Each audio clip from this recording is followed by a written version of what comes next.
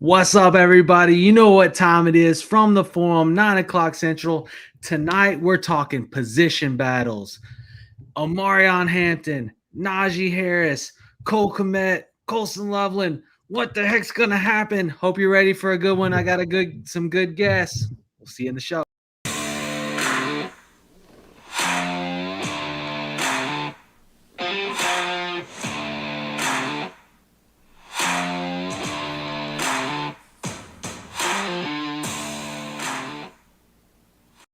What's up, everybody? Man, I got a crew. I got Joe and Hype. Hype, what's your... You can't be asking people that, man. What's the actual name? Or is it just Hype? Is that what it is? It's Greg. It's Greg. What a name. What a name. Yeah. I was like, yeah. It's like Greg. My name's Greg. Greg. It's like, nah, dude, it's Hype. No, I'm just kidding. It's Hype. That's fun. Well, look, you guys know, and we're just going to kind of go around the horn real quick, let the audience know, where you create content, where they can find your work. And then we're going to jump right in and, they see me and Joe Frick every week. So we'll just let you two guys go. Hype, you start us off and then we'll get right into it. All right. I'm Hype or Greg, whatever you want to call me. I do most of my content on YouTube and X. I'm going to start doing some Instagram and stuff, though. But on X, it's just my name on here, Hype FFL. And I do a show called The Fantasy Advantage on YouTube. You can follow me on there. Awesome. Yeah, I should be more used to this sort of stuff. I should have put my Twitter handle in the name, but you can see my name down there, Joe Bartle. That's the important part, I guess. But you can follow me on Twitter at JB Fantasy Sports. I've been at RotoWire now for the past 10 years, doing a lot of different content, mainly just NFL. I host the SiriusXM show from 11 to, well, I guess it's noon to 2 p.m. Eastern Friday, and then Angel Fire Radio on 10 to noon on SiriusXM channel 87 in the morning on Sundays. So it's been a lot of fun. Do a lot of different content on YouTube as well too. The RotoWire Fantasy Football YouTube channel is awesome. My guy Jim Coventry is literally a star in the making if he's not already there too. So you got to check us out. Hopefully Jim out, not even so much me, on the RotoWire YouTube channel side of things. And I'm excited it's an honor to be on the show. I'm excited to get to the positional battles here. Yeah, Joe, appreciate you for tuning in. Greg, appreciate you for coming on. Well, as you guys know, we're in the middle of the off season, and when you get into the off season, Joe, I know it's so weird it's saying Joe and Joe. Frick Nasty.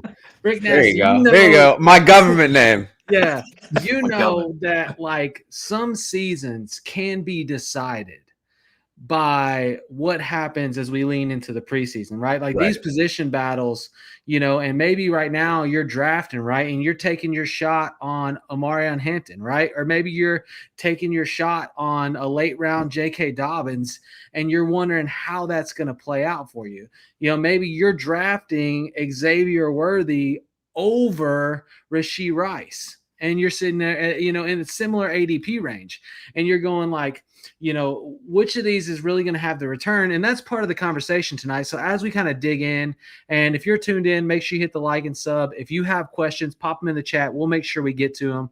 But, that's kind of the question too, is it's not only of like who's going to be the top performer, but also who's the greater value at ADP, right? Like, because if I can get similar value in the 10th round as somebody that I'm going to get in the 4th round, and I can use that 4th round pick on somebody that still has that same value, well, my team's going to be much more loaded.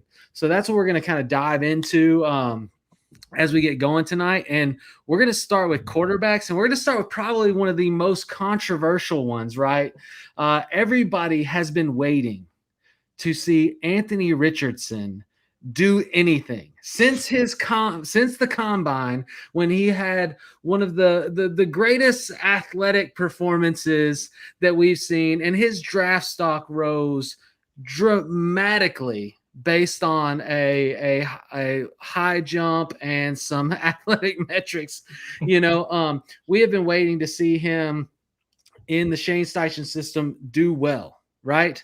And we haven't got it. And so now they bring in Daniel Jones, who arguably is kind of, at least halfway as mobile but maybe has a better arm. And so there's a quarterback competition there. And especially in these leagues where you're valuing run heavy quarterbacks, right? Like this is a big decision. So, I mean, Greg, you kind of start us off. How do you feel here with the Anthony Richardson, Daniel Jones debacle? Well, it's pretty interesting. If through training camp, if Richardson hasn't made a change in some of his really bad decision making, then I think Daniel Jones kind of runs away with the job. The problem is Richardson has a lot of really good physical tools. Like he can escape in the pocket, move around a lot really well. Obviously, he can run, and the guy makes some of these really crazy physical, like contorted body throws and makes them catchable most of the time. The problem is he just does it too much. He's always trying to push the ball down the field. I mean, just last year, he threw deep passes 20% of the time, which was 14%, I think was the closest, which is part of the offensive scheming because Joe Flacco was 4th in that list on his team. So his average pass past the line of scrimmage was 12 yards, which was the most by 3 yards of anyone else.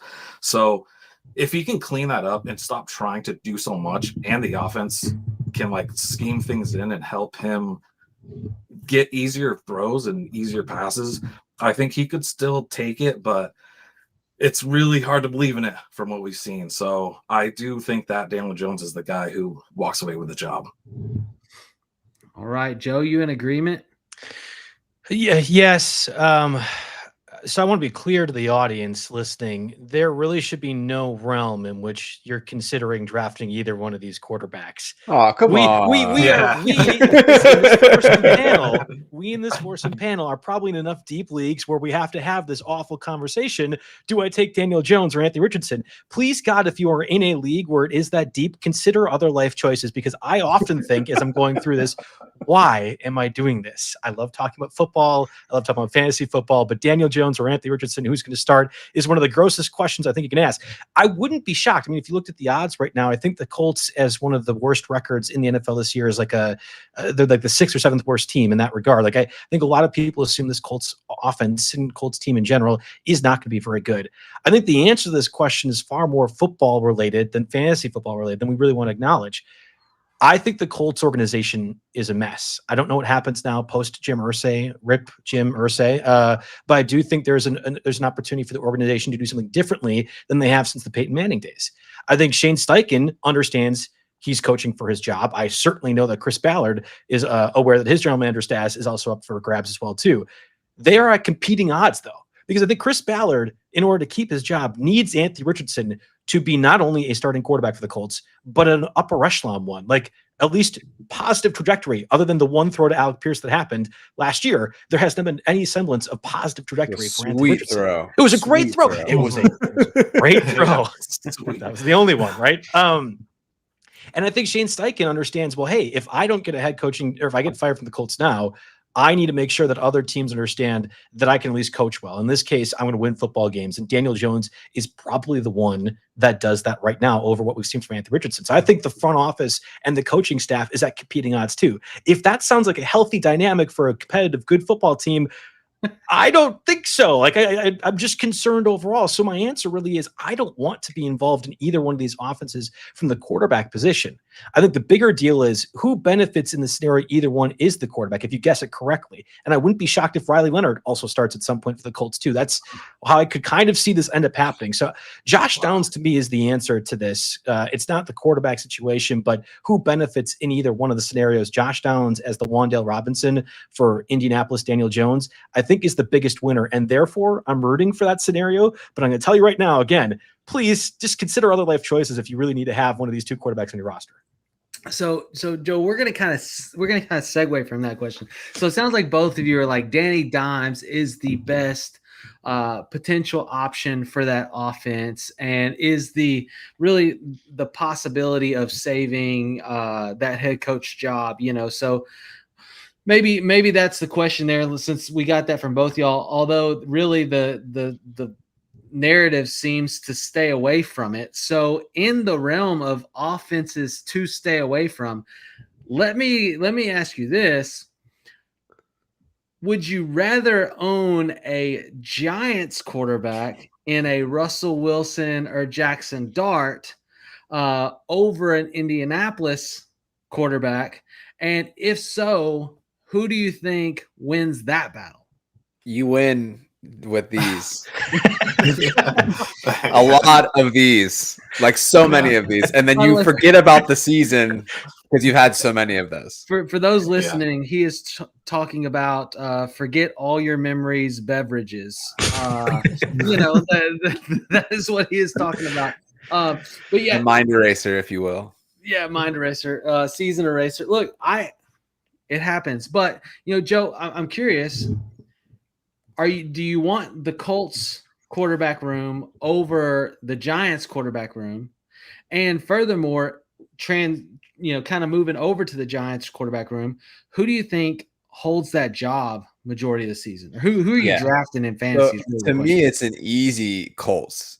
I think that there's sneaky upside there for no other reason that Daniel Jones will run the ball. We've seen him have a top 12 year from running the football. Anthony Richardson, despite him getting tired sometimes and pulling himself out of the game, was third in rushing yards for quarterbacks last year. So that is a bit of a cheat code. If you look at the narrative last year, it was, Anthony Richardson, he's going to break fantasy football. Look what he did in those limited opportunities before he got hurt. And that was the offense was so bad, he wasn't completing 50% of his passes that it didn't matter.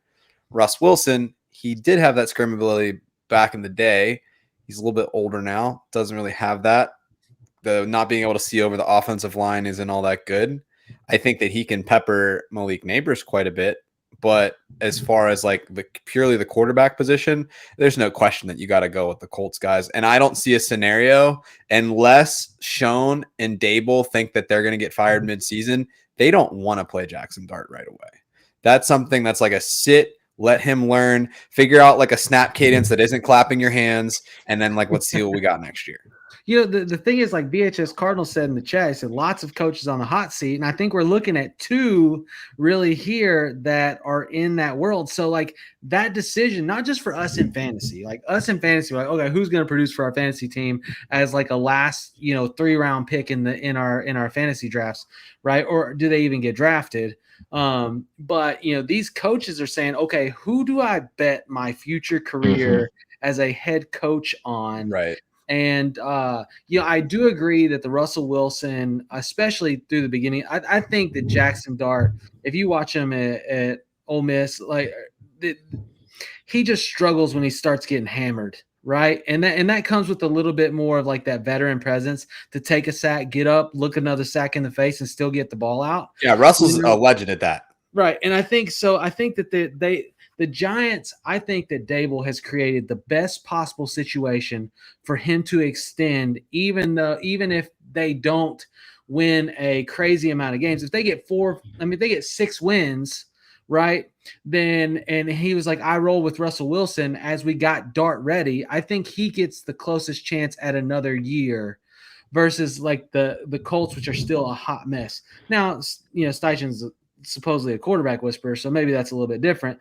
But Steve Belanda in the chat here is saying if Riley Leonard gets the starting job by the end of the season, Colin Cowherd is the biggest winner. He's been lighting them up the whole time.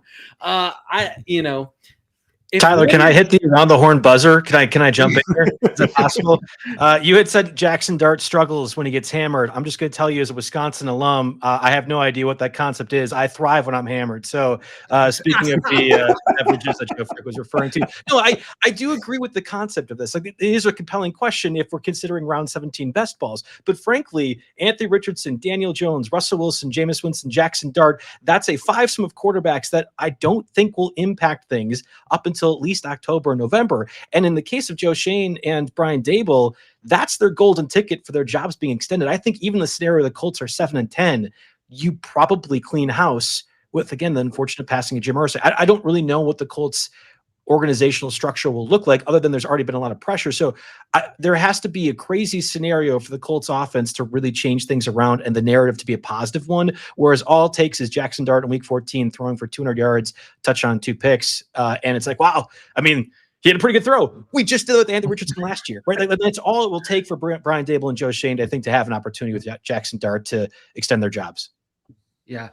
Love the take. We got some people in chat. Sup, fellas, from Albert. Lion Light Worship. Pumped for this show. Over on Twitch. Love the show. Appreciate you tuning in. Brent Bradford, what's up? Danny Dons for the win.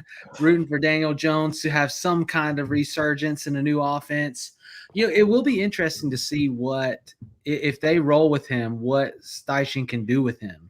I think that will be an interesting question. But I do agree, and I know we have a lot of quarterback battles, and we're going to kind of come back to quarterback. I want to continue to progress the conversation, right? We'll talk a little bit about the Browns. So if you're, I know that's the one that's on one of the ones on everybody's mind. So we'll get there. But like you said, in fantasy, and I think the Browns kind of enter that conversation, especially in a one quarterback redraft league, right?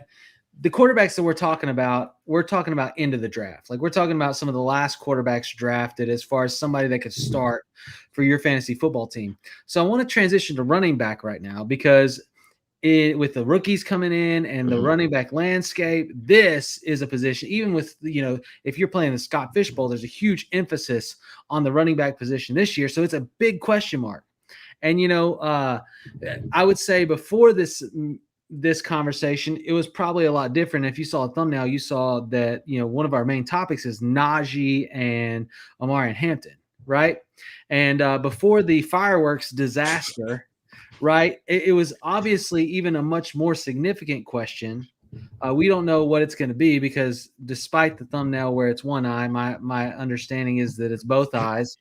But, Greg, what's your feeling on this running back room? I mean, is this going to be a Lions where you got Montgomery and Gibbs and both are actually creating value for you? Or is this a running back room where one is going to completely take the show and is going to institute themselves as the stud, and the other one's just going to kind of work to the backflow? And I just want to jump in real quick before he goes, just to give some kudos a little bit. Like, running backs is this guy's stuff. So if you haven't checked out his content, like, this is what he does. So it's like, listen closely. Thank you for that. Yeah, no, this one's gonna be tough. The whole Najee Harris injury on July 4th, that really made this one hard. Because I honestly was assuming that Najee is gonna take the lead and he's going to run away with it, at least for the first half of the year. I mean, the guy isn't bad. He was just stuck on a team that had a terrible O-line, doesn't like to do things that make sense with Arthur Smith, playing as the OC. So, Omarion Hampton is a guy that I think I'm lower on than just about probably everybody. I kind of, just real quick, I have this like 2 yards per carry data that I've created and I've been kind of working on for a couple of years. And like, players that have done really well are Janty and in this class, Devin Neal and Henderson, and Scattaboo and those guys. And Bijan Robinson had one of the best scores I've seen. An outlier was like Devin Achane because of his speed, I think. But anyway, Omarion Hampton is the worst I've seen. So I am very worried about what he actually does in the league this year, and through his career. So I'm at a toss-up with the Najee injury. If I was putting my money on it, though, if what they say is true and he's gonna be fine, then I'm still betting on Najee. But Omarion Hampton, even if he takes over later in the year, he's just not worth the 4th round pick for me. I mean, at the 4th round ADP, there's a lot of value there. What about you, Joe? What do you think in relation to those two? I want to make sure we're talking to the not Steelers, Joe, because that might be a different Najee Harris conversation. Okay. Not Steelers, Joe. It's an interesting combo that we have here, because I thought I was the lowest on Omarion Hampton relative to the rest of the world. So that we have a panel of it. It's really fascinating.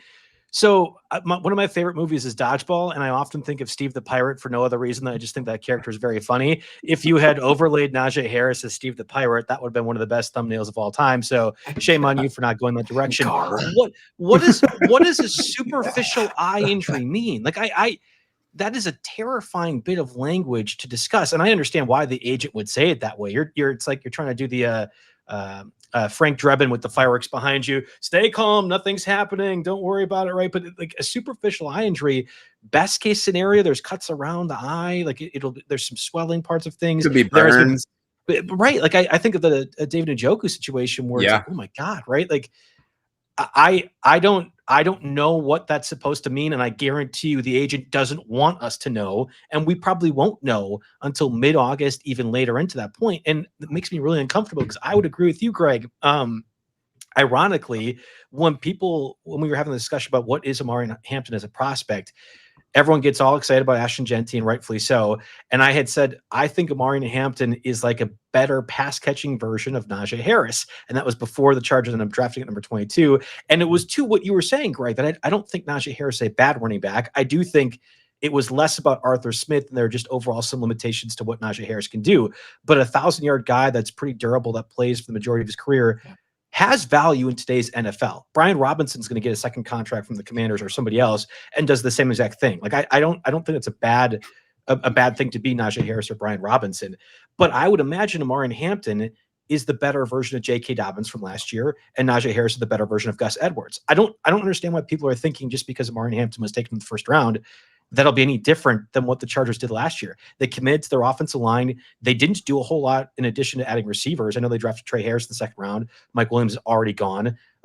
This was going to be a run-oriented offense, and they signed a guy who is a guaranteed 1,000 yards every single year of his career. So if Najee Harris is not Steve the Pirate, then I would assume Omarion Hampton probably is not good value where he's being drafted, I think, in the NFFC, like 4th round spot. But I would imagine he's going to get pushed up even higher because there is such ambiguity about what a superficial eye injury means and how that can relate to playing football on the NFL level. Yeah, I think what's driving a lot of it too is that if you look at least from like a dynasty perspective, where I think a lot of the data is coming from, it's like the hit rate for first round running backs, like to have like a good season is like 80% or something like that in the last 10 years. So people are like, oh, like you're getting drafted in the first round, great. They look back and say like, hey, like you had Bijan was the runaway RB1, but you would have people that say now that Gibbs has done better, and I'd rather have Gibbs than Bijan moving forward. So they don't want to miss out on the last time that this happened, kind of thing. But yeah, it's going to be interesting.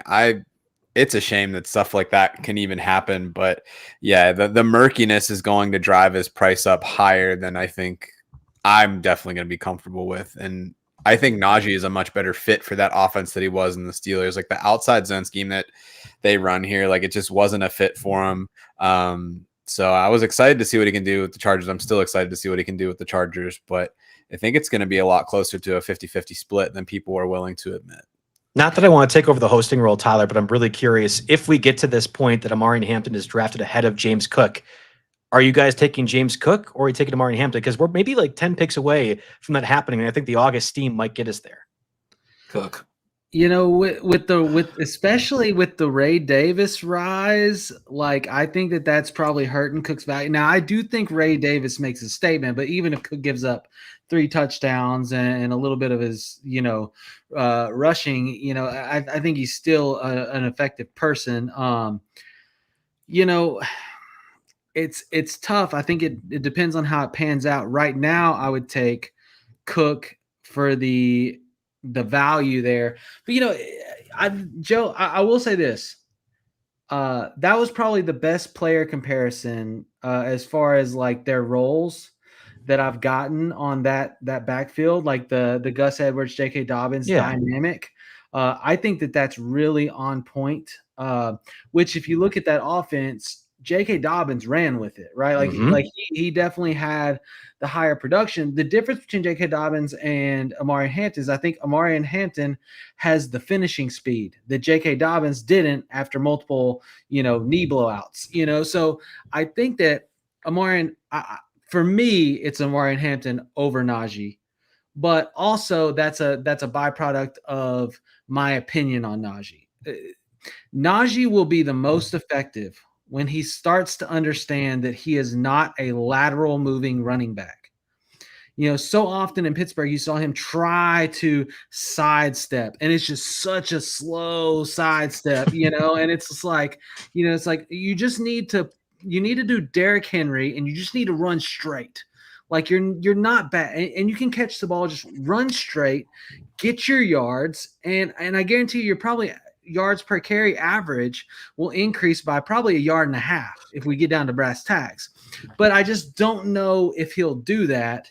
And so then when you talk about Harbaugh, right, and who will lean a little heavier with the hot hand, I feel like Hampton just gets a little hotter, but that's me. I'm not to be the opposite, maybe playing a little bit of devil's advocate here. It's a confusing backfield, dadgummit. But I think that's the thing in situations like this, right? Where it's you win fantasy leagues by being willing to target ambiguity. And you're not going to hit every single one. But if you steer clear of, like, we know that the Chargers are a good rushing offense, right? Mm-hmm. So if you find a guy that's slipping in the draft or you can get value there, like, take the chance. You might not hit every single one, but if you're going to take like a guy that is probably going to be on a terrible team, or they're not going to run the ball a lot because, I know he's the bell cow. Well, if he gets all 12 carries and they all suck, it doesn't matter. So it's like, attack that ambiguity. You're going to get value. Like, maybe you say, hey, I'm going to take the lower guy every time, or is a guy that I feel passionate about, like, get after it. Like, that's where you're going to get the value, because everyone doesn't know. Everyone's guessing to some degree. You're going to have some people that plant the flag because then they can brag about it or delete their tweets later. But that's where you're going to get value. If everybody knew what was going to happen in the season, we wouldn't be playing this game. And here's the separator to me. Like, when you talk about positional value, right? I think Najee's the greater value because of how much further down his ADP is. I do think Hampton has the higher probability of big plays and big playmaking ability, but at the cost of essentially 4th round draft capital. Mm-hmm. That's the shift, right? Like, that's the shift that we're talking about. And I don't know that I can pay that price for a rookie we haven't seen on an NFL field yet, in an offense where we know they're going to run the ball, but we don't know how it's going to be delivered. So, digressing from that, Joe or Frick, you have the Steelers patch on your shoulder, and I'm a little bit of a fan. Look, let's be real. There's been a lot of talk recently, that maybe Jaylen Warren actually owns that backfield. And with the drastic ADP difference between Kaleb Johnson and Jaylen Warren, like, who are you taking in fantasy as a Steelers fan who knows their offense and knows what they do, right?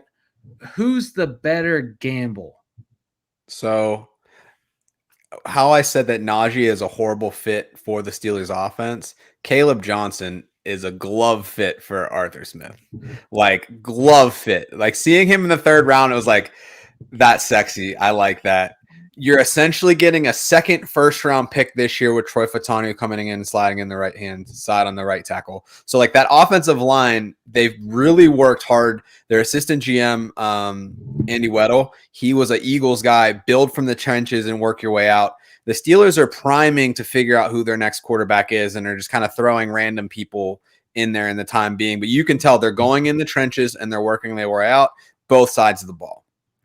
That being said, I do think that Kaleb Johnson's being overdrafted. If you think about what Mike Tomlin does with his rookies, he doesn't just throw them in right away, and you have to build that trust up over time. So I think that Kaleb Johnson's going to have a role to start the year, but people say, oh, well, Warren has his role, and then he's just going to replace Najee, who was the starter. Like, Mike Tomlin don't get down like that. Like, that's not how it's going to work. Could he eventually be the early down guy? For sure. Jaylen Warren's a great 3rd down blocker. That's something that Kaleb Johnson's going to have to work on. So you can't just flip it and say, okay, now you're the Jaylen Warren guy, because they're not going to throw him back there with Aaron Rodgers and his one leg and wash a trip. Like, they need Warren to be that 3rd down guy. But it's like, I don't have a lot of optimism in this offense. So, like, if you have a guy that's going to be carrying the ball a decent amount but not really getting the pass catching, give me Warren, who's still going to get a sizable chunk of carries. He'll get the PPR, but I don't really care much for either one of these guys in the backfield. Like, this isn't going to be a high scoring offense. The offensive line is unproven, and they're going to be running like 20 tight end sets because they're probably going to trade for 3 more. So it's just like, I probably wouldn't pick either, but if I had to pick one, I would go with Warren. Well, you know, when Darnell Washington is essentially another lineman, and so you get to cheat and you get another lineman on your line, like, who doesn't want to run behind that? You know what I mean? Him and Broderick Jones will be back next to each other. Got the little bash bro action. It's gonna be a good time. About the same size. I mean, you might as well. So Greg, how do you feel about it? Are you in the same boat with Joe on that? No, I mean, no hate to Warren, and that's not I'm not far away from Frick. I lean the Kaleb Johnson way. Warren's like the Marcus Smart of the team. He's the heart and soul. Everybody loves him, and he has a role and he does it very well. Kaleb Johnson has insane vision, and this kid is going to tear teams apart. He's really, really good. He's patient. He has that instinct that you want in your running back who's going to lead the team. So they're both, I do agree. I'm not sure if I'm going to have my hands on any of them because there is going to be a lot of sharing. But if I'm going to pick one, I'm going to take Kaleb Johnson. Oh, that's so tough because Warren's basically free. Right now on Underdog, Kaleb Johnson's RB23 and then Jaylen Warren's RB33. So in that tier where Kaleb Johnson's at, you've got like RJ Harvey, Travion Henderson, Kaleb Johnson. They got like the rookie club. Then you got Monty, DeAndre Swift, Pacheco. Like, give me any of those last 3 guys that I said over Kaleb Johnson any day of the week. And I think Warren is elevated in best ball because of the potential, big plays. So in redraft, his ADP is even much lower than that. We had a question from Aaron Doubs in the chat, and he said, could Warren be the number 2 on Pittsburgh in catches? No. I don't think so either. I'm going to put this out there. You need to watch out for Calvin Austin. You need to watch out for Calvin Austin. Calvin Austin was probably the most freak athlete the year he played at Memphis. He was the most freak athlete on the team, and we just haven't really gotten to see him yet. And I think that there could be, in my mind, and maybe I'm just dreaming it up, but like I just see this Aaron Rodgers, Randall Cobb dynamic between these 2 guys, and we get a lot of PPR love between those. And so just that out there, I don't think Warren is number 2 on catches. I think we're going to see the emergence of a young wide receiver. Yeah, but you know what? If they were smart, they would just take all of the tight ends with Calvin Austin and put them in the backfield and just throw him over the line in like short yardage situations. Yeah. It would be unstoppable. It's like the new tush push. Him in Washington. It's true. I mean, 20 yards away. He could get real lip. Like where you got a linebacker standing straight up and they still don't touch him. Like he could get lit. Yeah. Washington could just hold him over his head. Yeah. Walk down the field. That's a hilarious take. Oh yeah. All right. So for the sake of making sure that we get to each position, and we'll kind of come back and we'll do some quick hitters at the end. I want to get to wide receiver rooms. I think that there's a significant conversation to happen there. We've got some, and in the order of operations for the show sheet, I had them in a little bit different order, but I'm going to pivot a little bit because of the news that came out, just yesterday, that for Rashee Rice, that what was going to be the verdict on his case, and what we can look to see for him in the NFL. So Joe, I want to throw it to you. With the Kansas City Chiefs, when you're talking about these wide receivers, you got Rashee Rice, who's his ADP is like, you're talking about round 4, pretty highly drafted for somebody that's going to miss time. But Xavier Worthy has creeped up the board, and I've seen him go as early as round 3, right? And I don't think that's but I've seen him go that early. Hollywood Brown's cheap. Juju's cheap, and then there's a lot of energy behind the rookie Jalen Royals and how he fits in that offense. So I would love for you to just break down for the listeners kind of how you bake these, and then who you would target in your draft if you were going to target a KC receiver. Yeah, before 2 days ago, I would have said Rashee Rice is probably one of my favorite values in fantasy right now. That could have been best ball, full point PPR, redraft. Doesn't really matter because there's a point in time where I think everyone just assumed he's going to be the number one receiver for the Chiefs. But what does that really mean? And the answer has been, well, the offense hasn't been that great, so I don't know if it's that valuable. But sort of what the more handsome Joe had said with the Steelers and the way that they work in their rookies later in the season, the Chiefs do that as well. And you think about Rashee Rice's rookie year, it was only like week 10, week 11 on where that he came on and became, I think, the alpha receiver in that group. And whether he was predestined to be that or not, or drafted to be that, that's a different question. But I think the Chiefs are very deliberate in making sure that they bring those young guys up. Not even so much that it's up to speed for the young guys, but to not reveal to NFL offenses that this guy can make a massive difference in our offense. Yep. Xavier Worthy was the same exact way last year. And I get accused of this at the office, and probably rightfully so, that I'm a sizeist in so much that I don't like drafting smaller players. Devon Achane would be a perfect example. He was one of my fades last year. I still have egg in my face from that one. But Xavier Worthy was also somebody I wasn't drafting. I thought best case scenario for Xavier Worthy was peak Commanders and Eagles Deshaun Jackson, where here's a sub 170-pound guy who can get 1,200 yards receiving on 60 catches. The offense has to make that possible. And I'm like, well, yeah, of course, Andy Reid, Patrick Mahomes, they'll be able to do that. But the defense also has to allow that too. And defenses for years haven't been playing the Chiefs to allow Xavier Worthy to be that way. I don't think there is a possibility, even in today's NFL, where there are smaller defenders, tackling players, that you as the Chiefs, who have Super Bowl aspirations every single year, want to throw your 165-pound receiver out there like he's a 100-catch guy. Tyreek Hill was 20 pounds heavier when he was doing that for the Chiefs a couple of years ago. And even then, defenses sort of took that away. So in my mind, Xavier Worthy is still going to be the deep threat, much like we saw in the Super Bowl last year. I think that's the best case example. But you're going to see Marquise Brown be the beneficiary so long as Rashee Rice is out. And that's the complicating factor in this. And to answer it truthfully, I probably won't be drafting Rashee Rice anymore. Or at least I'll need to wait to see what the suspension might end up being. If it's 6 games that gets negotiated down to 4, that's much different than 4 negotiated down to 2 or 3, like we've kind of been seeing. There's way too much ambiguity in a lot of receivers like Chris Godwin, Mike Evans, that I like in that range instead. So I might be taking Marquise Brown instead from like around 10, 11, 12 ADP value in best ball, as opposed to going up and pushing Xavier Worthy. But if you choose to do that, if you want to go ahead and say, well, Xavier Worthy's going to be the guy, I don't really blame someone for thinking that process.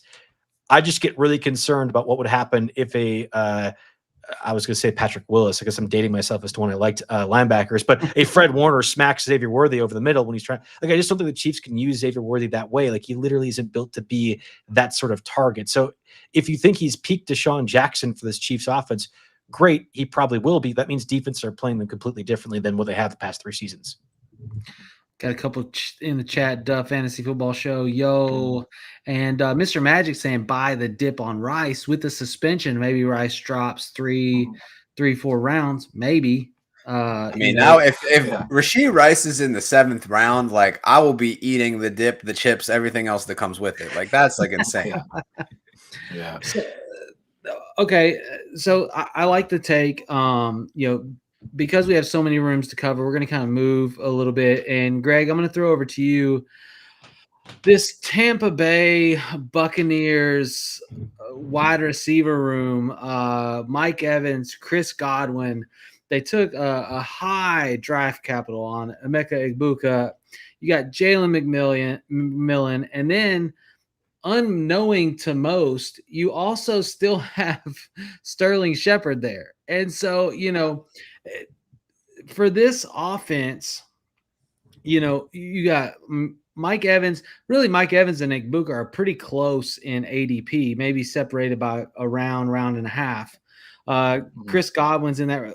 Who are you targeting? Okay. Well, just to add really fast to that last part, Worthy, I put out a tweet that I will tattoo his name on me if he's a top 5 wide receiver in PPR this year. Why would you announce that to the radio? Because we can delete tweets. You saw Joe. At the end of the day, it's not that bad, though. He's literally tattooing Worthy on his body. Yeah. So it's like, it could be a religious thing. Like, there's so many plays on that. Yeah. Now, if you tattoo Xavier Worthy, Then we're talking something. I know. I did agree on full name. It's a very heated conversation I had with someone the other day. So yeah, I can only imagine who it might be. Probably Disco. Yeah. But so on to the Bucks. Honestly, they have.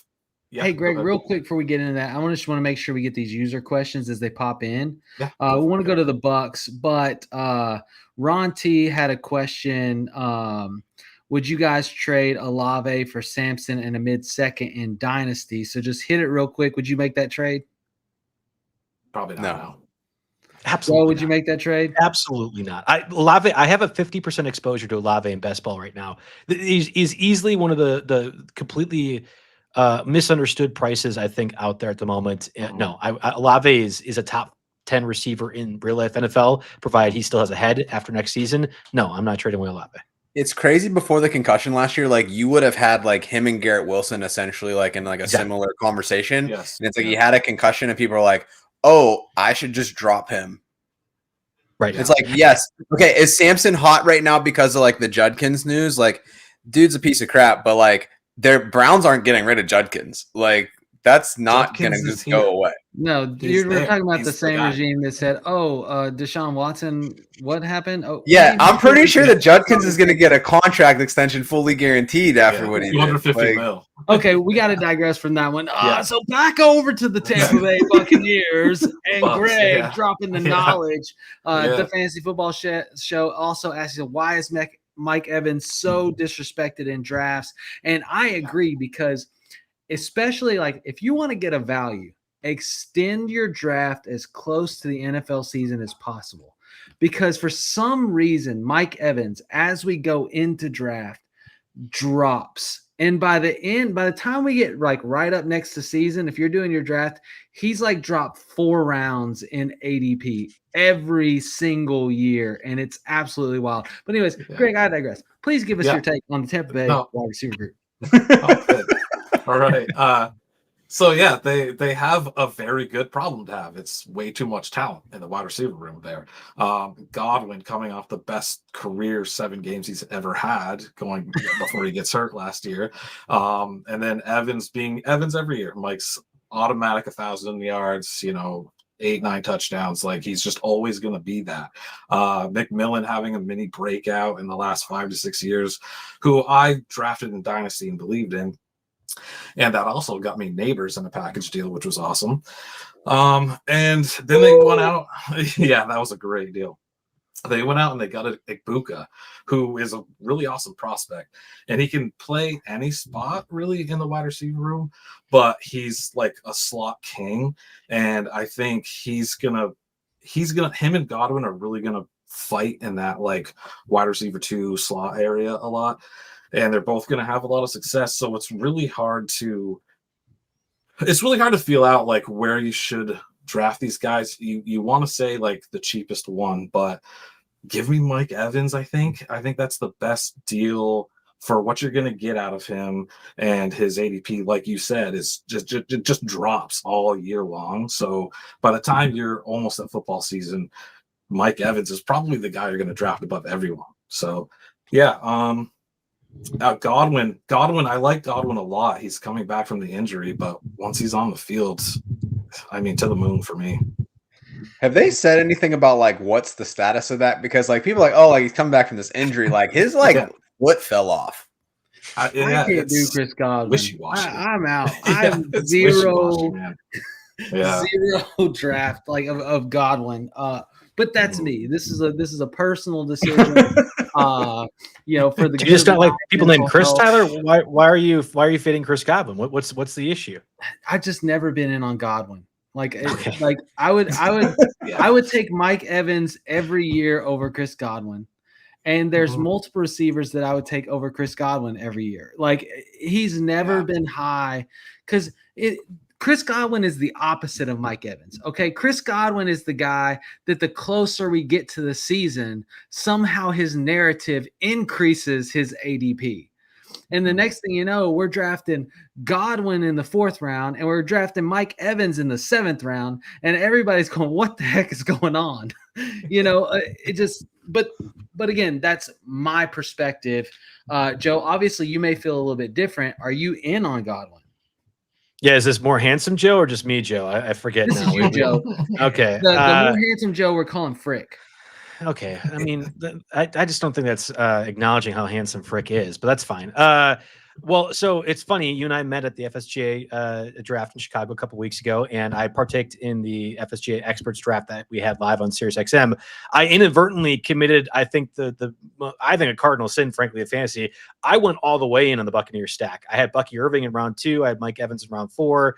We were talking live on air, and I was like, well, I would love Chris Olave. Somebody sniped me right before. I know my co-host liked Chris Godwin. I was like, well, let's have a conversation about Chris Godwin. I'll take him over, say, Flowers, over Jameson Williams, over Xavier Worthy. Didn't realize that I had then committed Bucky Irving, Mike Evans, and Chris Godwin to that mix. I actually am completely fine with the Buccaneers offense overall. And maybe there's some hindsight bias that's coming out right now, but the Buccaneers just can't do it again. There's no way for a third straight time that the offense coordinator change can withstand the offense. I disagree. I think the division stinks. I think the Buccaneers are the best team. They're as even keel and as medium coached as you can ask for, which really all is you could need to win the NFC South. And provided Chris Godwin is back healthy, and I think he will be, at least if it's not in the first month of the season, he'll certainly be by Thanksgiving be back. And that matters a lot to me. I think the Emeka Egbuka selection was the Buccaneers recognizing, well, Mike Evans is post 30 years old. We don't know if we're going to be able to re-sign Chris Godwin back or not. We know the Patriots want him. There's a bunch of money out there. It's possible he doesn't return. Let's protect ourselves in this instance. And I think that, I guess, the free agency happened before the draft. But either way, when you have Emeka Egbuka, like I thought Greg perfectly illustrated, he's a really, really good slot receiver. I don't know if that's pick 19 worthy, but he's a really, really good slot receiver. Egbuka could play on the outside, though. So if you're saying the Buccaneers are going to win and be successful this year, it's because of their offense. They lost a lot of pieces on the defensive end. They will need to win because their offense. You are protecting yourselves with Mike Evans and Chris Godwin. If one will get injured, Emeka Egbuka does the same thing. So I like Mike Evans from a value perspective. Jalen McMillan's perfect as an outside receiver as well. The bigger deal in my mind, and now the answer to this question is more so, how much do we value Tristan Wirfs possibly missing the first month of the year? That's a bigger deal in my mind than whether or not Chris Godwin comes back. Aaron Doubs asking, no love for league winner Jalen McMillan. Egbuka really clouded that, also not, because McMillan is not a slot guy. So you still have the opportunity of burn, those big long touchdowns. And I like him in best ball. And for consistency in standard fantasy formats, maybe not so much, because I think it'll be one-offs, kind of like what people are looking for out of Marvin Mims this year. I think that's a lot of the Jalen McMillan role. It's a great buy low in Dynasty, though, right? Because it's people are like, oh, well, he's not going to really be playing. But you saw what he did last year. It wasn't. I think he is a great buy low because, like Joe said, he may be we may be looking at a team that doesn't re-sign Godwin, puts Egbuka in that role, and puts McMillan on the outside. Yep. And then you're not complaining at all. So, that's there. So continuing to move on, and we're getting into the last 10 to 15 minutes of the show here. So I want to make sure we get to tight ends, but I do want to layer out one more wide receiver group, and it's just because it is the question mark of the century, and everybody is wondering what the heck is going to happen and who is going to emerge, and that is the Green Bay Packers, which is a onslaught of what it feels like to be mid-tier wide receivers for days. And so, Greg, you tell us, with all the greenery in the back in the background there, the Packers, how does this shake out? Is Jayden Reed getting a bad hit? Is Matthew Golden really that good? Can Doubs do it? Christian Watson, if he's healthy, is he actually a wide receiver one for that team? If he's on the field. And then you start getting into Wicks, you start getting into Savion Williams, who has all this hype coming out of the draft for some reason, even though he hasn't had a huge, career at, TCU. And then Mecole Hardman. What the heck? What's going to happen with Green Bay Packers? You had to pick me for this, man. I don't know. It's literally the biggest toss-up in any wide receiver room in the NFL. Golden's not my favorite prospect. As a Cowboys fan, a lot of people were calling for them to take him, and I was like, please God, don't do it. Please. He's really consistent in his route running and his focus at the catch point. I don't love him. He'll help the offense in the NFL for sure, but he's not the kind of guy who plays that X spot, so he's not going to be the alpha. Reed last year was probably the most inconsistent player I've ever seen, having like top 15 weeks, I don't know, 3 or 4 times, and the rest he didn't touch anything above wide receiver 17. So it's Romeo Doubs, kind of a jag. Same with Wicks and the rest of this lineup in this team. I don't really know what to do with it, and honestly, I'm just going to stay away from the wide receiver room as a whole on this team. Jordan Love's fine. Tucker Kraft, sure, you can get him late. But as a whole, I'm staying far away. This is like radioactive to me. I don't want anything to do with this room. So the funny thing is really outside of Matthew Golden, who's still probably, 6th, 7th round ADP, or maybe 7th, 8th round ADP? A little bit later than that, yeah. Like that. Yeah, you know, like you've got everybody here is pretty cheap. You know, not Frick, but Joe or whichever one of you guys have. I'm a Packers fan, so I actually feel pretty good. I'm able to answer this question. Okay, now, Joe, bring us Packers fans. First off, I watched Handsome Joe roll his eyes when it comes to the Packers receiving core. I'm sorry that we beat you in the Super Bowl. You'll get one again eventually. It's okay. I'm sorry that happened. Clearly, I thought that's what the animosity was for, and I just want to let you know it's okay. Yeah, I would agree with everyone's frustrations with this, and I think the vitriol needs to be pointed at Matt LaFleur. And I think Matt LaFleur actually doesn't get enough credit as being one of the better coaches in the NFL. Like you talk about Kevin O'Connell, I understand that entirely. Ben Johnson's this wonder kid, and yet here's Matt LaFleur that I think consistently churns out really, really good production in the worst situations. About Malik Willis last year, that guy was cast off by the Titans, who desperately needed a quarterback, helps them win football games, made a completely different game plan than what you do with Jordan Love. To answer the receiver core question, Jayden Reed is absolutely the best receiver of that group. I don't know what Matthew Golden is yet. Maybe Matthew Golden can be that right now. But it's clear that Matt LaFleur has these silos for the receivers that they have to be. Romeo Doubs will always be the boundary receiver. Jayden Reed, I think, will be a great slot receiver, but he plays on the outside. He has those dynamic runs from right to left, the routes that they'll run. I think with that Love throw against the Rams in week 2 that he absolutely should not have done, right? In triple coverage, catching the left corner. That only Jayden Reed makes that play. Christian Watson does not have the ability to go up and catch that up at the high point. I don't think Matthew Golden does as well, too. I think for this year, Matthew Golden is just going to outright replace the Christian Watson role, which is just stretch the defense out. There's going to be some opportunities, I think, on short throws where a man coverage, he just runs past him. To Greg's point, I don't think Matthew Golden is as refined of a route runner as maybe we've seen of first-round receivers. Egbuka, for example, much better route runner. But what Matthew Golden gives you in this offense is a speed element that I think Christian Watson could do, but for whatever the reason, wasn't able to be over the middle kind of catch radius. I think Matthew Golden actually can do that for that offense. But if he's just Christian Watson 2.0, that's also not fantasy valuable. But I think if that makes Romeo Doubs, if it makes Romeo Doubs more effective and it makes Jayden Reed more effective, then Matthew Golden is a valuable first-round pick for that offense.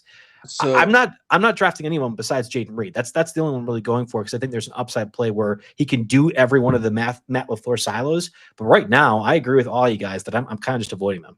So I guess my question would be, and the thing that I've been thinking a lot about is there's something to be said for a quarterback that's able to support a number 1 receiver. And Jayden Reed's best season 2 years ago, a lot of that had to do with his success running the football, not that he was like a dominant alpha receiver. So do we think that Jordan Love will hyper focus on somebody enough to give them the targets? I mean, their leading target getter didn't surpass 80 targets last year. So he's very much the spread the ball around kind of guy. Mm-hmm. Do we see, like, even though they draft Golden in the first round, does that change Jordan Love's perspective? I don't think that it does. And that scares me more than, like, I don't think it's a talent issue. It's just the offense runs and they get the open guy and everybody eats. And it's just bad for fantasy.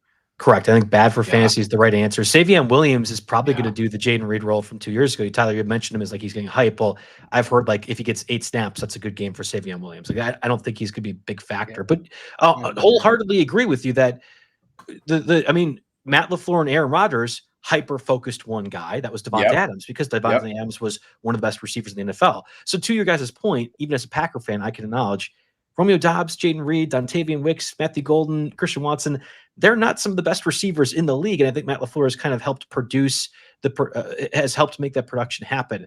If there's one to elevate above that, I do think it's Jayden Reed. I think you talk to what the Packers seem to think, or you look what the Packers seem to think, they believe Jayden Reed can get to that point.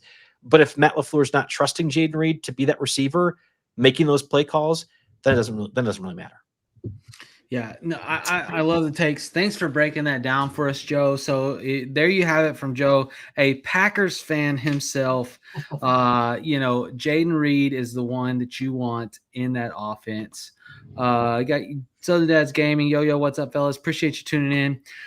There's a lot more that I want to get to, but we got to move to tight ends. We're running low on time. And, first off, if you watched the NFL draft, we were covering the NFL draft live at a bar in Nashville when the terrible place to have to cover the draft. It must have been a horrible time. Oh, it was an amazing time. But, when the Bears surprised the world and took Colston Loveland in the draft, when they had a good, in my opinion, a complete tight end, a good blocker, good ball catcher. Maybe he's not the fastest guy, but he can still move and get open. And Cole Kmet, and I'm like, I'm telling. It was probably the one pick in the NFL draft that left me completely dumbfounded.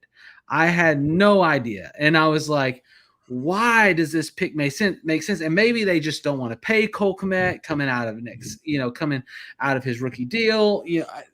I don't know what it is, but everybody's asking, and because you see Colston Loveland, like his NFL draft capital, rising significantly in drafts. I mean, he's going up there within your top 10, top 7 tight ends. Like, you're seeing him drafted in there, and Cole Kmet's being left really in most cases undrafted, right? And so, do we really think?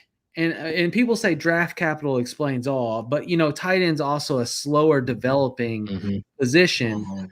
Greg, do we think that Cole Kmet is just out, and it's the Colston Loveland show? No, I don't think so. I do believe they're both just gonna get playtime. I don't think. I'm going to be honest. Before the draft, I didn't really know much about Loveland. I didn't know. I never saw that coming, and I hadn't put any real attention or thought into him. So I was a little shocked that the Bears decided to do a kind of Bear thing and just make a weird pick like that. But I mean, I would have taken Warren if I was going to go that early, in my personal opinion. But no. Okay, all right. I agree. Joe Frick's not a fan. No, but Kmet's still good. Here. Get out of the show. Yeah. Kmet I did the right up. Then he's gone.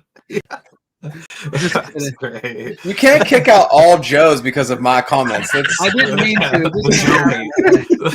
Joe hate. You're Joseph. Yes. Oh my god, that was great. Joseph. Yeah, no, Kmet's still good, and I think they're both going to hold their own in camp. I don't think they can choose between one or the other. So I say, at least in Dynasty, if you have them both, hold on to them, or get them both if you can now. In redraft, I'm not touching them. But if Kmet goes somewhere after this year, he can bring some value later on. I think Kmet, I honestly think he's more talented, but yeah, that's my take. It's kind of just whatever. They're both going to get work, and no one's going to be really great this year. So what do you think, Frick? What do you think? Yeah, so Colston Loveland was my number 1 tight end coming into the draft. I know that Tyler Warren had the big year last year, but he was invisible. Like, he wasn't really getting playing time. He couldn't beat out Brenton Strange, Theo Johnson. So it's like, oh man, you're getting the heavy pull in there. Right? I respect it. All right. So it's like, I get that, like, there were quality NFL caliber tight ends, but for me, it's like not having like an early breakout at all, and then just having a big 1-year season. Like, I feel like it's very easy to say, hey, you had this 1,400 yard season, whatever, like, you're set. Like, there's a lot of unknowns with having Tyler Warren there. I think Loveland is a better blocker than Warren was going to be. Also on the Kmet contract, so he signed a new deal 2 years ago. He has a potential out in 2026. So I would expect them to like either cut him or move him after this season. So I think from a Dynasty perspective, yeah, that's all going to work out. What's interesting is, so you mentioned it, Joe, earlier about like Matt LaFleur consistently being a good coach. We have Ben Johnson there now. It's like, was this an ego pick for Ben Johnson? Oh, right. I think Luther Burden one was more of an ego pick, but that's a great question. I do the waiver wire show on the RotoWire Fantasy Football Podcast Network every Monday. I guess it's been Tuesday for a while. My co-host Jake Latarski and I really go over like too deep. Truthfully, we go too deep into this because I think he plays in some super deep leagues. I'm like, Jake, we really don't need to talk about this guy. And the person that comes to my mind so often is Brock Wright. You guys remember Brock Wright for the Lions? How many? Yeah, he could catch a touchdown pass, right? This is the Ben Johnson offense. What if Brock Wright is actually Cole Kmet, right? And that's a value to the Chicago Bears that will make the offense better this year. And to your point, more handsome, Joe, that if you can move past Cole Kmet next year, you're still setting yourself up to have this year's Sam Laporta and then also have a better improvement on the Brock Wright role, which has been a function for Ben Johnson for as long as I can remember. I've had to do too many shows where he is shoehorned into the podcast for 2 minutes, and I hate it. So I'm not drafting Colston Loveland. I can acknowledge real world football value for what the Bears can use him for, but I would rather have Tyler Warren. Now, I'm going to give you one other rookie tight end that I think I would draft over all of them, and that's Mason Taylor for the Jets. There was some major steam towards the end of draft season, and I'm going to run up Tyler real quick. You had to draft in Nashville. You had to do the draft coverage. I did it literally in front of the draft stage itself in Green Bay, Wisconsin. So flex. Only time that's my We had people there. We had people there. We no. But you weren't, Tyler. That's all that matters. I got to look really cool in front of the Green Bay Packers stage. No, but I really thought Mason OG could be a first-round selection. I thought there was that point where you looked at his odds; it had been like 31.5. He was up with the Eagles, maybe trading up to get their Dallas Goedert replacement. He ends up going as one of the early second-round picks to the Jets. It's more of a PPR sort of selection because it's Garrett Wilson and then it feels like nothing else in New York. But I do think Mason Taylor is going to be primed to just be by default a 60 catch guy because there isn't anything else in that offense. And we know he's going to see snaps as a blocker too. So whereas Colston Loveland is going to be drafted as like the 8th, 9th, 10th, 11th tight end, I think Mason Taylor, who you can get basically free anywhere, is going to have that same sort of value right now. Yeah, I love it, Joe. Just so you know, you're not the less handsome Joe, but I can, I just want to give you your props there. So I took Mason Taylor in a ton of dynasty drafts. In fact, I think I got 100% exposure out of my dynasty leagues. I only play in like 5 because I don't have enough time to handle that many. That's how I know that you run a fantasy football website. I'm only in 5 dynasty leagues. But I'm in 5. I like Mason Taylor. I think that Justin Fields needs a dump off guy, and I think Mason Taylor could be that guy. And it just like it fuels. And that was one of our conversations because you had Jeremy Ruckert, who kind of had a little bit of an emergence for last year, right? And then you have Stone Smart, who they signed, and is a crazy like size, athleticism, specimen.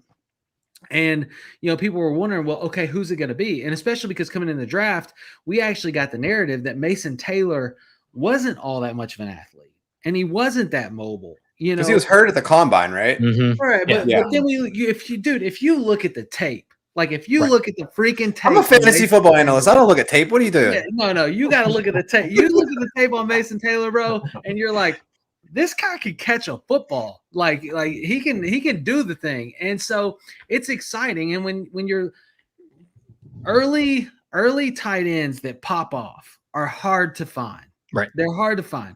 It's one-offs. Most of the time it takes multiple years for them to really elevate. And if you look at even like the top, it took Evan Ingram a while. Mm-hmm. Kyle Pitts still ain't popped yet. It just takes tight ends a while to get in the game.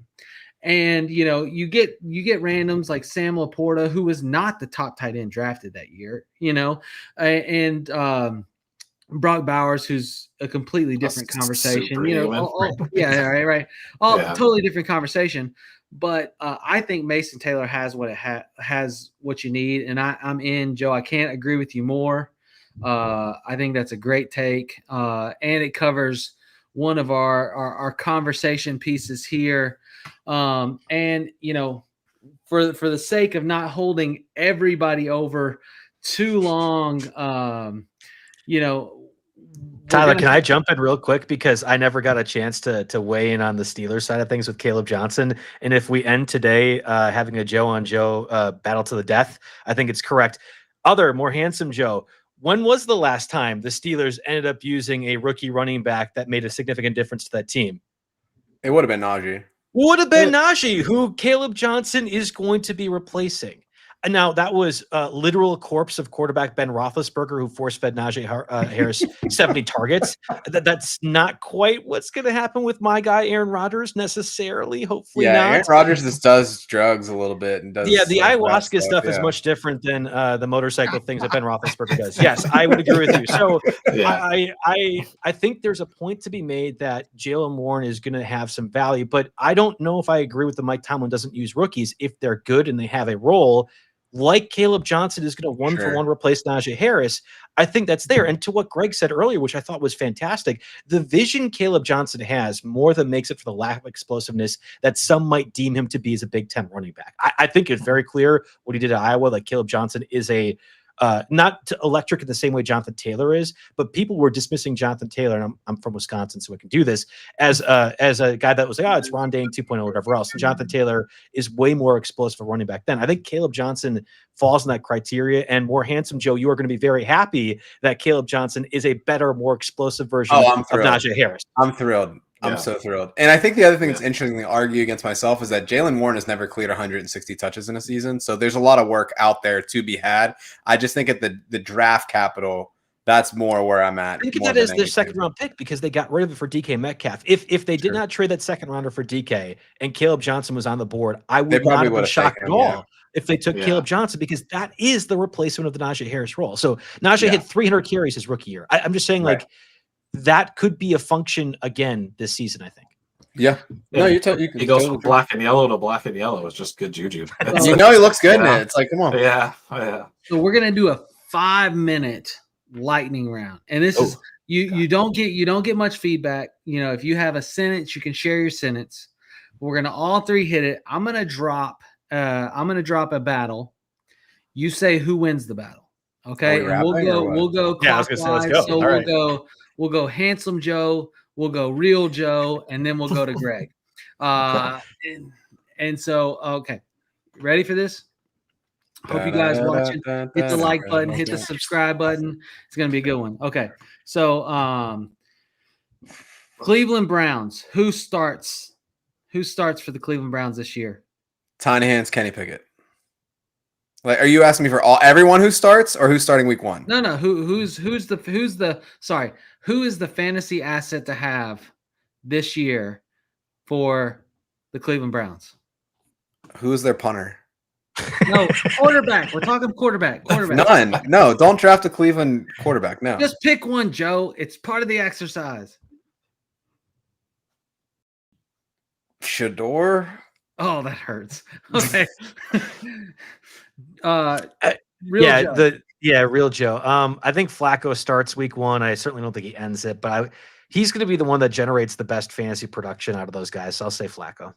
Greg? The third Joe Flacco. That's it. All right. Ready? Next one.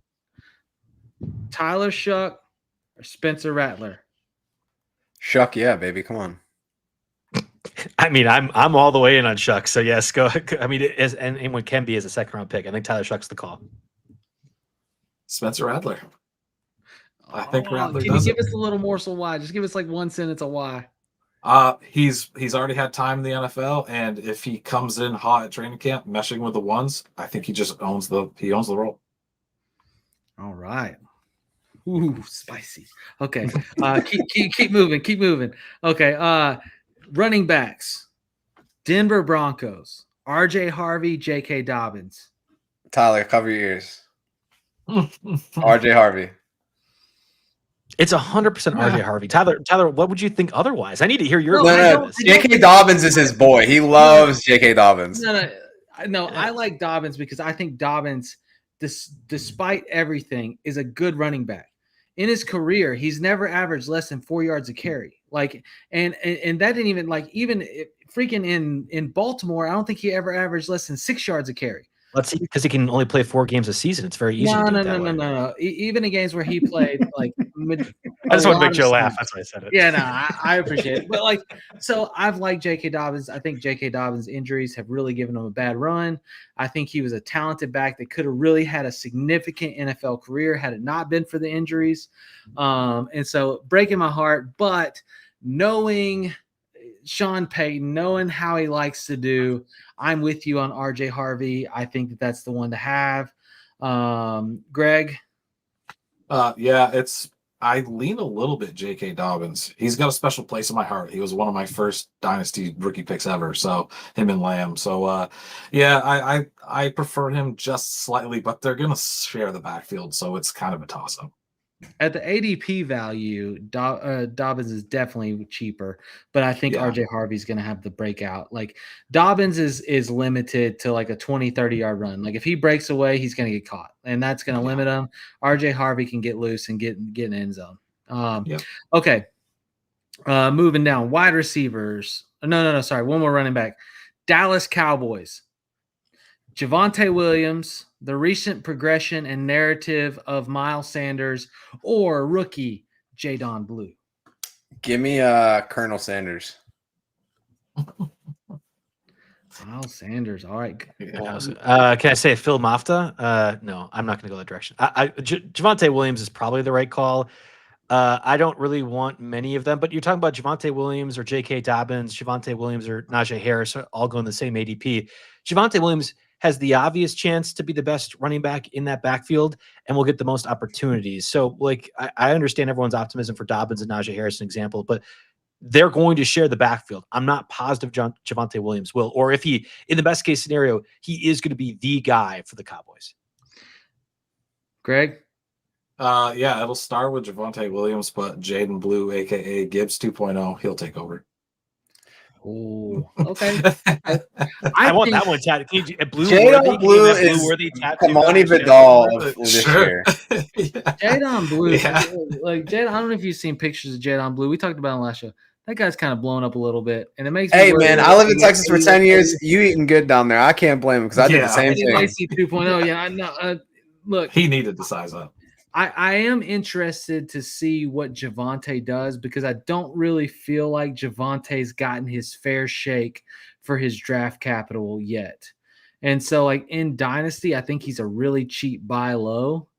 And I'm interested in at least the risk because he was a good running back in college.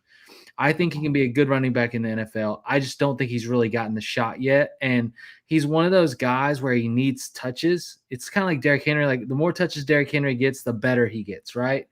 And Javonte needs touches, and I don't think he's gotten touches. So, okay, moving on. Wide receivers. We got one out of the wide receiver groups. Houston Texans. I think Nico is clear, but there is this debate between Christian Kirk and Jaden Higgins. And then you also have Jalen Knowles slotting in there somewhere. Where are you at, Joe? Give me Higgins, man. They guaranteed that contract for a reason. Christian Kirk, you're whatever slot receiver to me. I'm not really worried about you. I think Jaden Higgins is your Nico Collins gets injured every season replacement.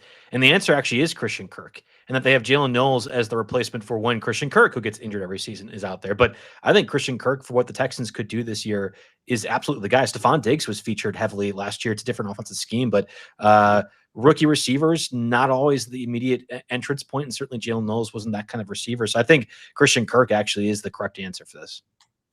All right, Greg? Higgins will be the guy right behind Nico, and it'll be Noel and Kirk playing for the slot, and I don't think Kirk wins it. So that's my death trap for them. Yeah. Okay, I got two more. These are tight ends. We got to hit them quick. We're way past time. Los Angeles Chargers, Mike Williams, officially retired. We thought that wide receiver room, which is heavy, was going to be very heavy, but obviously losing that, it shifts a bit. So the question is, at tight end, we have the Twitter videos going viral of, Tyler Conklin out there showing how to run routes,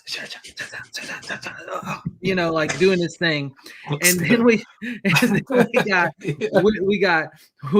Disley, we got Mr. Montana, and then we got probably one of the more hyped pass catchers at the tight end position in the rookie class, in Aronda Gadsden. Who gets the job, Joe? I mean, after that performance, I got to pick Tyler Conklin. But before that performance, I also would have picked Tyler Conklin. So I think that Gadsden, he has potential, but he's still a project. They brought in Conklin for immediate use, so they wouldn't have signed him if they didn't need him.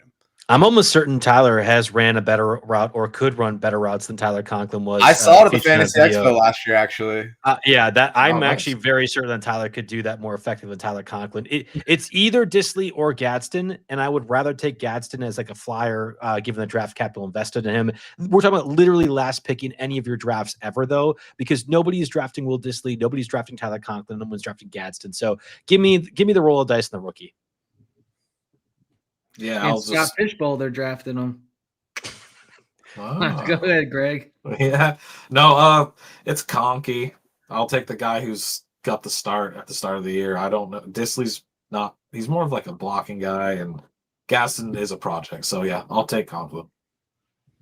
I don't hate it. I do think watch out for Gadsden. I think that he can separate himself. I don't know that it happens immediately. I think, like you said, they brought in Conklin for a reason, but keep your eyes peeled, especially if he doesn't start the season in Dynasty and then you can go get him for cheap. You might do that because I think he's got a shot. And, last one, Seattle Seahawks. Noah Fant, Elijah Arroyo, rookie versus vet. Who owns the job? Who gets Sam Darnold until he gets obliterated behind an awful offensive line and then gets Jalen Milroe? Who actually thrives, if anyone?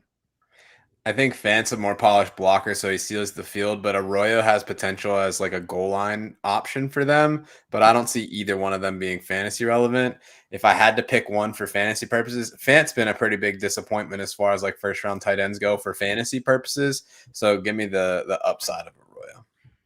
Yeah, I think the Arroyo conversation is exactly what Tyler said earlier about rookie tight ends take a lot of time to develop, and Arroyo was one of those that was just athlete and nothing else. That typically doesn't translate in the NFL. I would imagine for a guy like McDaniel, the head coach, comes from that Ravens lineage.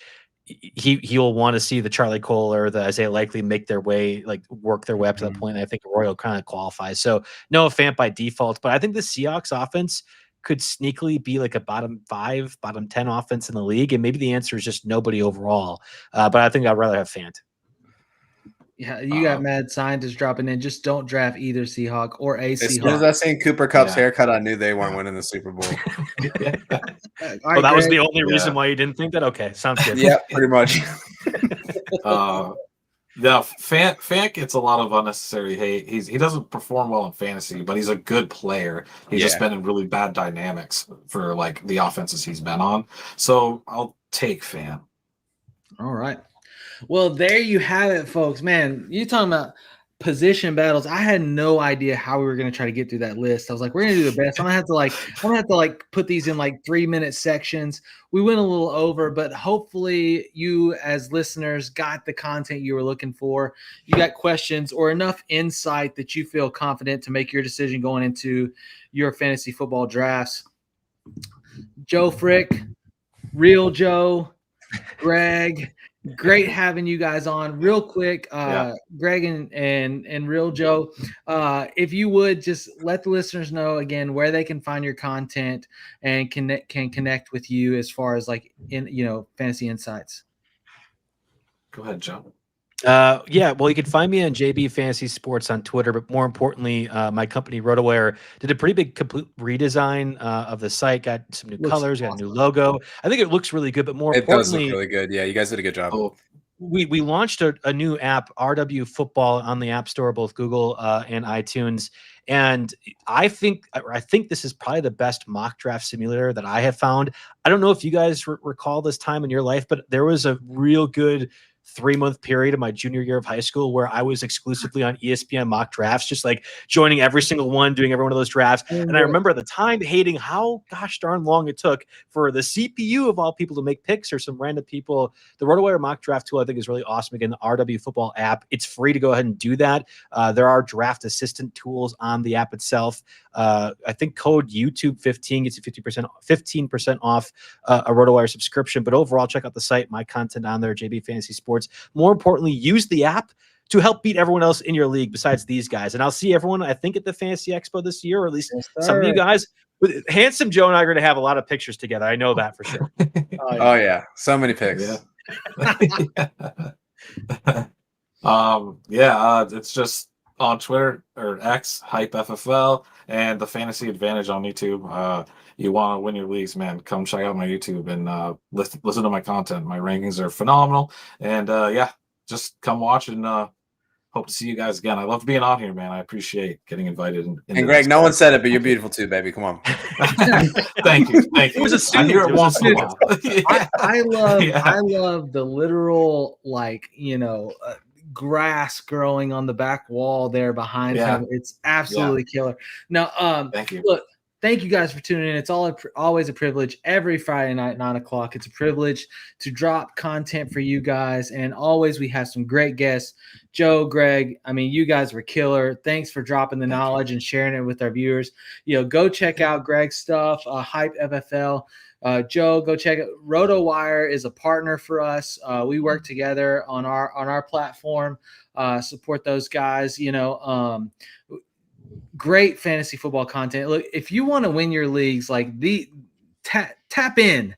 All right, tap in. Whether it be RotoWire, FFAN, Hype, people are bringing it, right? And it's different takes, and it just may separate you, right, enough to win another championship. And so again, thanks for tuning in. We'll see you next week, 9:00 Central, Friday night from the forum. Have a good one. Good night. Good night. We are here. FantasySportsAdvice.com, offering the best fantasy sports social media platform. Why join endless Discord communities or the trolls of Reddit? Fantasy Sports Advice is a community designed to help you win with 24/7 support. Go to FantasySportsAdvice.com and become a pro member for unlimited access. Again, go to FantasySportsAdvice.com.